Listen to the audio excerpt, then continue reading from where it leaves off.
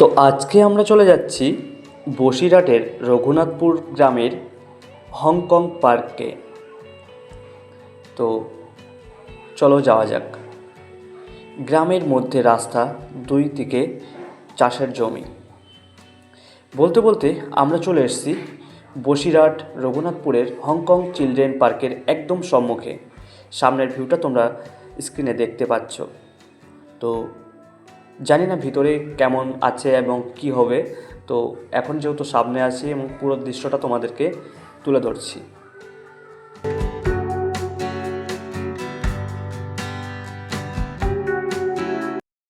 Hello বন্ধুরা, তো সবাই কেমন আছো? আর আমি ইস্তাকিম, আপনারা দেখছেন ইস্তাকিম 39। তো চলে এসেছি আজকে বসিরহাটের রঘুনাথপুরের যে হংকং চিলড্রেন পার্ক, সেই পার্কে আমরা আজকে চলে এসেছি। আর এই পার্কে আসতে গেলে তোমাদের কোথা দিয়ে আসতে হবে, বা তোমরা ট্রেন লাইনে বা যদি বাইকে করে আসতে চাও, তো সমস্ত ডেস্টিনেশান আমি ডেসক্রিপশানে দিয়ে দেবো। এবং তাছাড়াও কী হচ্ছে যে কীভাবে আসতে হবে সেই সমস্তগুলো ভিডিওর মধ্যে তুলে ধরবো। আর এই যে জায়গাটায় এসেছি, একদম পল্লী গ্রামের মধ্যে, যেখানে রাস্তাগুলো খুব ছিল সংকীর্ণ এবং খুব ভয়াবহ রাস্তা। তো সেই সমস্ত রাস্তা পাড়ি দিয়ে আমরা এসেছি। সমস্ত ভিডিও এখানে দেওয়া থাকবে। আর এই পার্কের ভিতরে আমরা এখন প্রবেশ করব, আর সেখানে গিয়ে বাকি ভিডিওটা তোমরা দেখতে থাকো। পার্কে প্রবেশ করার পরপরই একদম পার্কের বাম সাইডে পড়বে তোমাদের বাইক গ্যারেজ, যার প্রাইস মূল্য 10 টাকা করে।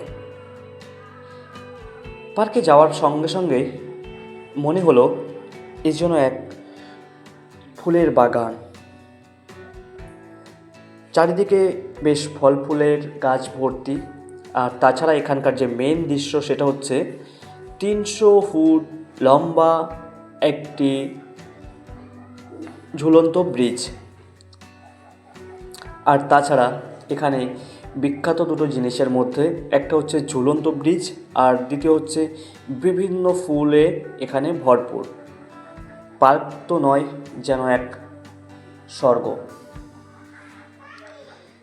ক্যামেরাতে কতটা বোঝা যাচ্ছে বা কতটা ভালো অনুভব করছো সেটা সঠিক বলতে পারবো না, তবে এইখানটাতে গেলে যে কোনো কারোর মন কেড়ে নেবে। আর এই ঝুলন্ত ব্রিজে যখন উঠবে, সত্যি অন্যরকম একটা ফিলিংস আসবে মনের মধ্যে।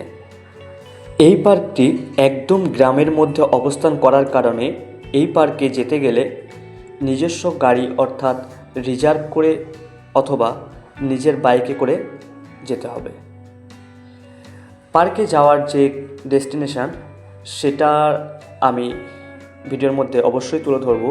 তো তার সাথে সাথে আরেকটি কথা, সেটা হচ্ছে এই পার্কটি এইখানে কেন বা এত গ্রামের মধ্যে, যেখানে না আছে রাস্তা বা সেখানে কোনো গাড়ি চলাচল নেই, এরকম একটা জায়গায় এই পার্কটি কেন তৈরি হয়েছে, তো সেই বিষয়ে আমি কিছু কথা বলতে চাই। আসলে বসিরহাট শহরের রঘুনাথপুরে একটা ছোট্ট ফ্যামিলি বাস করত। সেই ফ্যামিলিতে ছিল এক মহিলা ও তার স্বামী, আর ছিল তাদের ছোট্ট একটি পরিবার। তো সেখানে বেশ সুখেই তাদের দিন কাটছিল। তো গাইস, আমি চলে এসেছি এখন এই ঝুলন্ত ব্রিজের উপরে। তারপর সেই বৃদ্ধা মহিলাটি প্রচুর গাছ লাগাতে পছন্দ করতেন। তিনি যেখানেই যেতেন সেখান থেকে কিছু ফুল ফলের গাছ এনে তাঁর বাড়িতে লাগাতেন। এইভাবে একটা একটা করে গাছ রোপণ করতে করতে এমন একটা সময় বা পর্যায়ে দাঁড়িয়ে গেছে যে এটা অনেকটা পার্কের মতো দেখানো হয়ে গেছে, যে পার্ক তৈরি করে ফেলেছে গাছ লাগাতে লাগাতে। তো তাঁর এই গাছ লাগানোর কারণে আজকে যে বসিরহাট শহরের মধ্যে এই যে একটা রঘুনাথপুর যে গ্রামটা একদম পল্লী গ্রাম বলতে পারেন, যেখানে রাস্তাঘাটের একটু অসুবিধা আছে এবং অনেক কিছু সমস্যা আছে। তো সেই সমস্ত একটা পল্লী গ্রামের মধ্যে এরকম একটা পার্ক দেখতে পাবেন, এটা সত্যিই ভাবা যায় না। আর হ্যাঁ, এই পার্কে আসলে অবশ্যই আপনারা শীতের সময়টা বেছে নেবেন, কারণ শীতের সময় এই যে পার্কের ভিতরে যে ফুলগুলো দেখতে পাচ্ছেন এগুলো কিন্তু একটা সিজনেই হয় এবং সেটা শীতের সময়। তো আপনাদের কাছে অনুরোধ করব যে শীতের সময় যদি আপনারা যান তাহলে এই পার্কের যে সৌন্দর্য সেটা আপনারা অনুভব করতে পারবেন।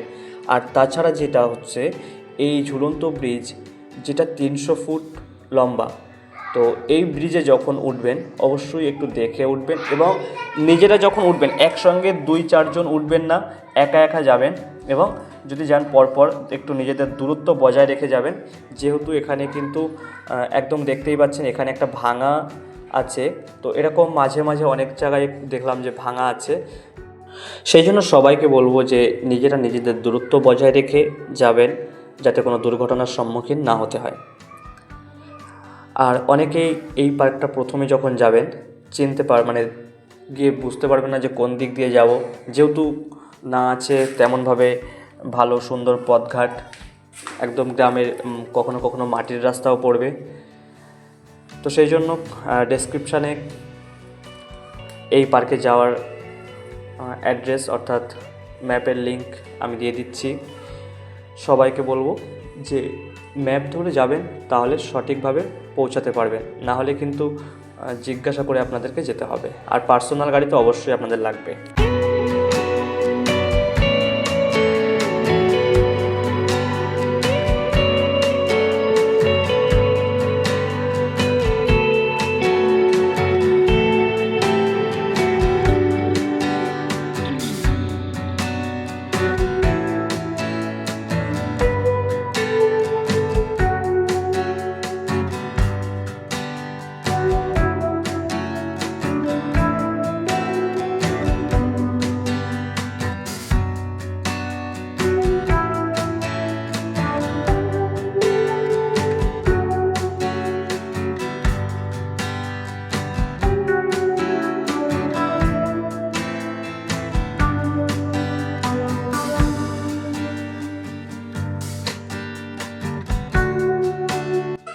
তো এই ছিল আজকের ভিডিও। হংকং চিলড্রেন পার্ক কেমন লাগলো অবশ্যই কমেন্টে জানাতে ভুলবেন না। আর ভিডিওটি ভালো লাগলে অবশ্যই ভিডিওটিতে একটি লাইক দিবেন। চ্যানেলে নতুন হলে চ্যানেলটি অবশ্যই সাবস্ক্রাইব করতে ভুলবেন না। ধন্যবাদ ভিডিওটি শেষ পর্যন্ত দেখার জন্য।